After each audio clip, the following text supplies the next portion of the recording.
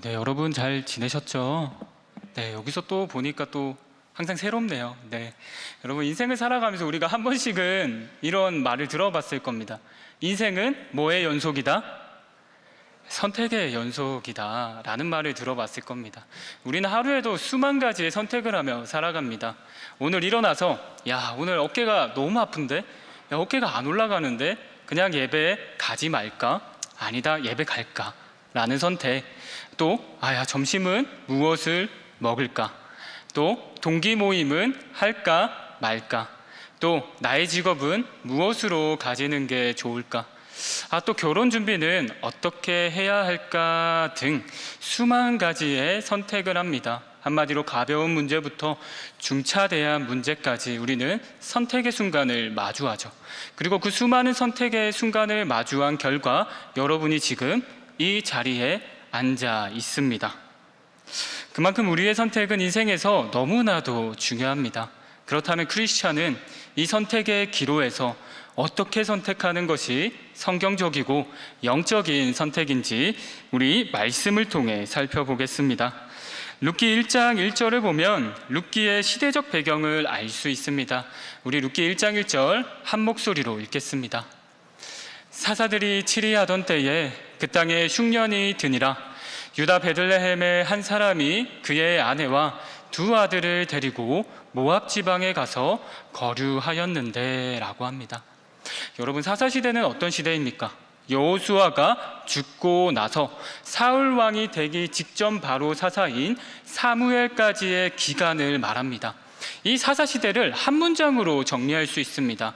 그것은 사사기 17장 6절 말씀인데요, 제가 읽도록 하겠습니다.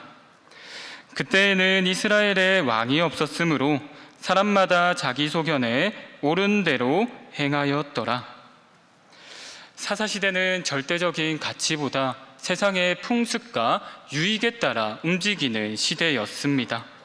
마치 오늘을 살아가고 있는 우리의 시대와 별반 다를 바 없어 보입니다. 이 시기에 한 가정이 등장합니다. 엘리멜렉과 그의 아내 나오미, 그리고 두 아들 말론과 기럝입니다. 참고로 엘리멜렉의 이름의 뜻이 무엇인지 아는 청년 있을까요? 엘리멜렉의 뜻은 하나님은 왕이시다라는 뜻입니다.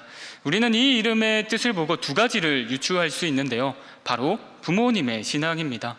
첫 번째로는 부모님이 하나님을 왕으로 모시는 신앙생활을 했구나라는 것을 알 수 있고, 두 번째는 부모님이 엘리멜렉이 그의 이름과 같이 살기를 바랬다는 겁니다. 과연 엘리멜렉은 부모님의 바램대로 이렇게 하나님을 왕으로 모시고 살아갈지 한번 살펴보도록 하겠습니다. 엘리멜렉의 가족은 베들레헴에 사는 이스라엘 민족이었습니다. 베들레헴은 농산물이 풍부한 곡창지대로 베들레헴의 이름의 뜻 떡집이라는 것만 보더라도 식량이 풍부한 곳이었습니다. 그런데 이곳에 무엇이 옵니까? 바로 흉년이 오게 됩니다. 이제 가장이었던 엘리멜렉은 결정해야 했습니다. 하나님이 허락하신 가나안 땅에 계속 살 것인지, 아니면 흉년이 들지 않은 이방 땅으로 가야 할지. 엘리멜렉은 어떤 선택을 했을까요? 엘리멜렉이 정말 하나님을 왕으로 모시는 사람이었다면 엘리멜렉은 이 선택의 기로에서 어떤 행동을 할 수 있었을까요? 하나님을 왕으로 모시는 자는 하나님께 물어봤을 것입니다. 하지만 엘리멜렉은 하나님께 물어보지 않습니다. 그리고 당장의 그 위협을 피하고자 이방 땅으로 가게 됩니다. 그림 한번 보실까요? 네, 베들레헴에서 모압 땅은 염해 요단강을 건너면 금방 또 갈 수 있는 곳이었습니다. 이곳으로 가게 됩니다. 그런데 여러분들이 기억해야 할 것이 있습니다. 이스라엘 백성에게 땅은 단순히 소유의 개념이 아니었다라는 겁니다. 바로 신앙적인 의미가 있었습니다. 어떤 의미냐?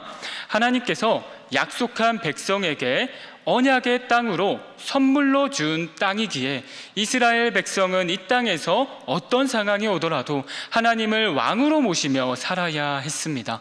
그런데 엘리멜렉은 모압 땅으로 가게 됩니다.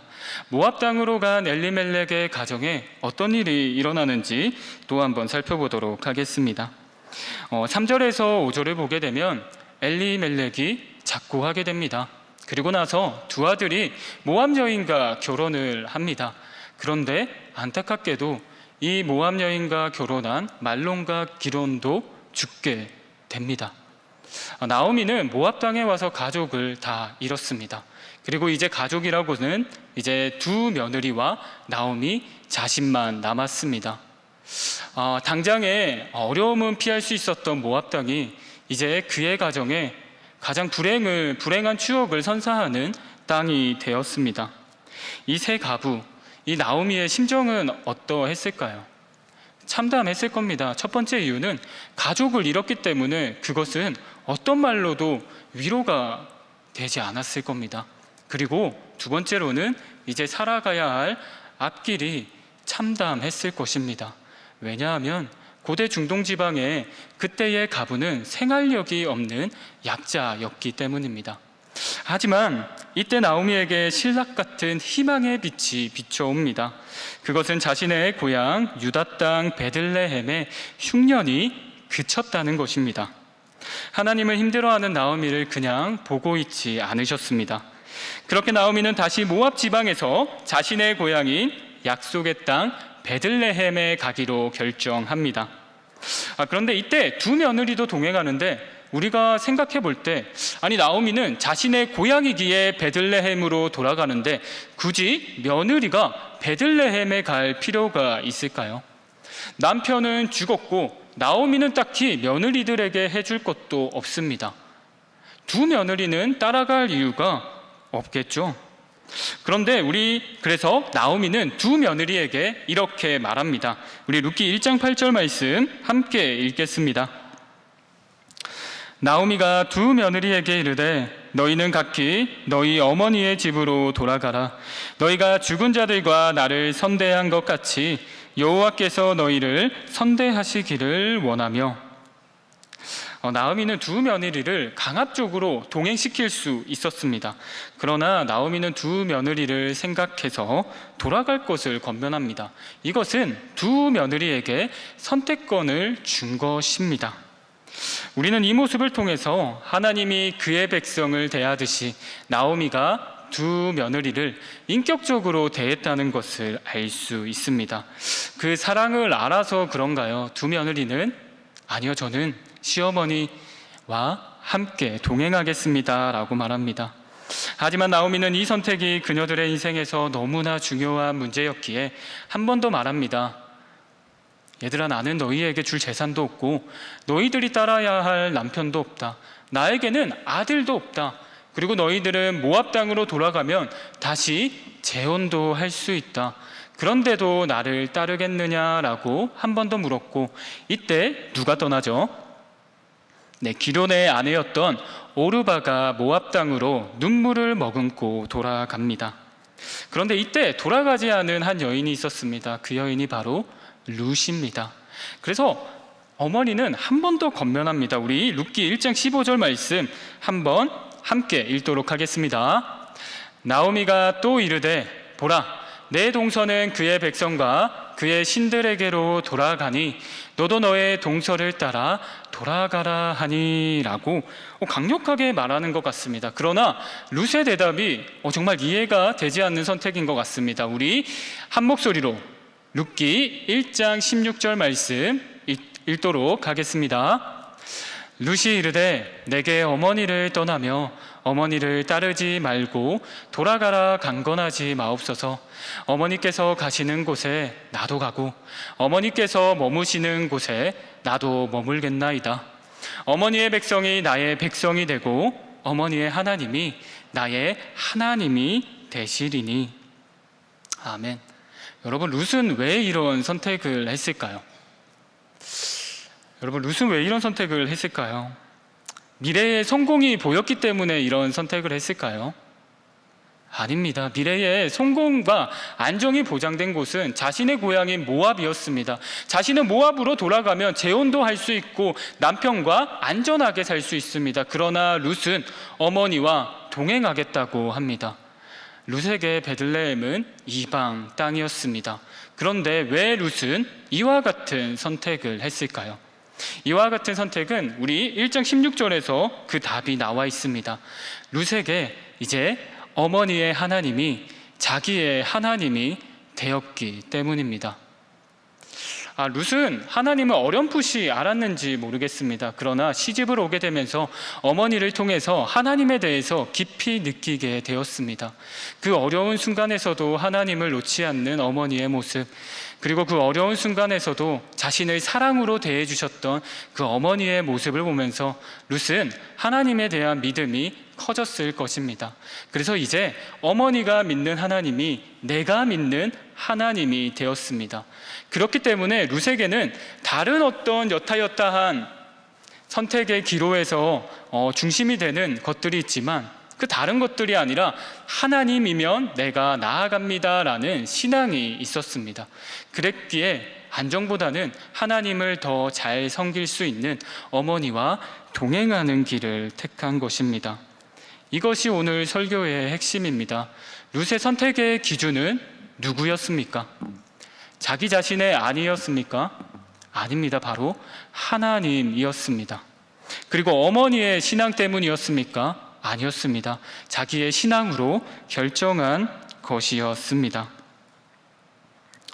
여러분, 이것이 사사시대와 같은 오늘 우리가 이르러야 할 믿음의 경지가 아닐까 싶습니다. 힘든 일이 기다리고 있지만 하나님을 잘 섬길 수 있는 길이라면 그 길을 선택할 수 있는 믿음, 그리고 성공이 보장되지 않았지만 정말 하나님이 기뻐하시는 길이라는 한 가지 이유만으로도 그 길을 선택할 수 있는 믿음. 결국 하나님께서는 그녀의 선택을 귀하게 보시고 그녀의 자손을 통해 예수 그리스도가 태어나게 하는 구속의 역사를 이루어 가십니다. 여러분, 다시 한번 묻겠습니다. 지금 우리는 엘리멜렉과 오르바와 룻의 선택을 보았습니다. 여러분은 선택의 기로에서 어떤 선택을 하십니까? 우리 문섭 청년은 어떤 선택을 하십니까? 네, 답하지 않으셔도 됩니다. 여러분 마음속에 한번 답해 보셨으면 좋겠습니다. 우리는 정말 어떤 선택을 하는가? 엘리멜렉과 오르바는 믿음이 있었습니다. 하나님을 알았습니다. 그러나 흉년의 때, 고난의 때에는 하나님을 끝까지 신뢰하지 못했습니다. 그러나 반면에 룻은 흉년의 때가 오나 고난의 때가 오나 하나님을 끝까지 붙잡는 믿음이 있었습니다. 여러분, 지금의 시대는 사사시대와 별반 다를 바 없습니다. 오늘 우리의 시대는 공적인 공간뿐만 아니라 사적인 공간에서도 하나님을 잃어버린 시대입니다. 그리고 믿음의 사람들도 교회를 향한 비판에 이리 흔들리고 저리 흔들리는 시대가 되었습니다. 여러분, 이러한 시대에 우리가 흔들리지 않기 위해서는 하나님의 중심, 하나님 중심의 신앙이 이 신앙 깊숙이 뿌리 내려야 합니다. 그럴 때 우리는 흉년의 때가 왔을 때, 고난의 때가 왔을 때 하나님을 선택할 수 있기 때문입니다. 여러분, 우리 마음속에 깊이, 뿌리 깊이 내려지는 이 하나님 중심의 신앙이 무엇입니까?